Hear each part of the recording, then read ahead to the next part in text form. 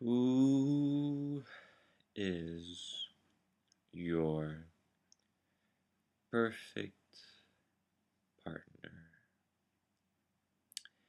Who would be your ideal partner?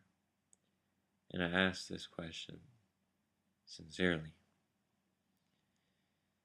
because the person, let's say you take a time where you were to write out who your perfect partner is. Now, in this vlog, we've been looking at the honesty here. That the perfect partner would be someone who you would actually want to be. For example, let's say someone who's honest, who's trustworthy, who's dependable, who's there for you, who takes care of him or herself, so as is independent, is aware of responsibilities, and cares about himself, herself, or yourself, and everyone else as well.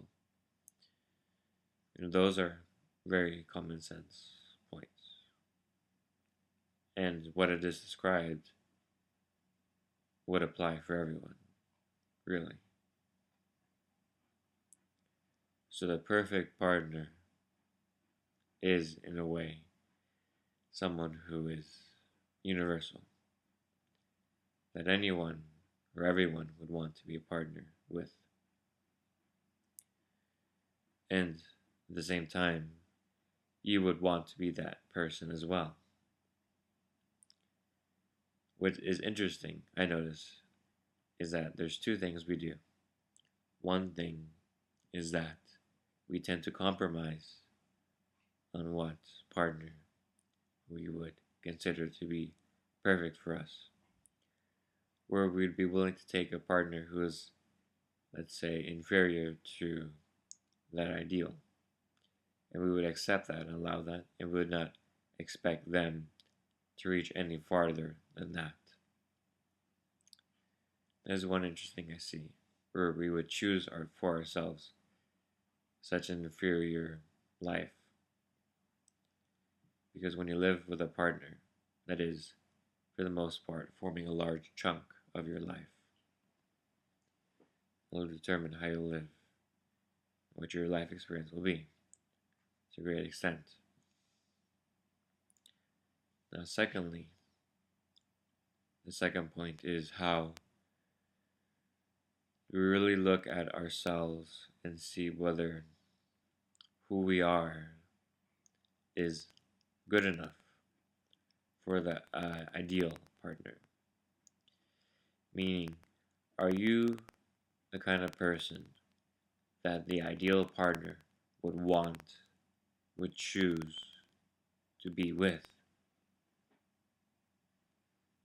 Now that's a very interesting question. Because yes, you can go for an inferior partner. And what does that say about you? But that you choose to also be inferior and be limited. You see what I'm saying? And the same thing too then for the ideal partner. You know that what things you're lacking or what things you're not pushing for. And in order to even be with the ideal partner, you would have to be good enough. You would actually have to have the will and commitment to become better and best. And even though you're not ideal right now, that you have that drive, that that's what you're working towards. That at least is what your ideal partner would need of you. To at least be with you. And to support you. At the very least, that would be potential to become the ideal partner that we would all want to both be and to be with and be surrounded with such people in our lives.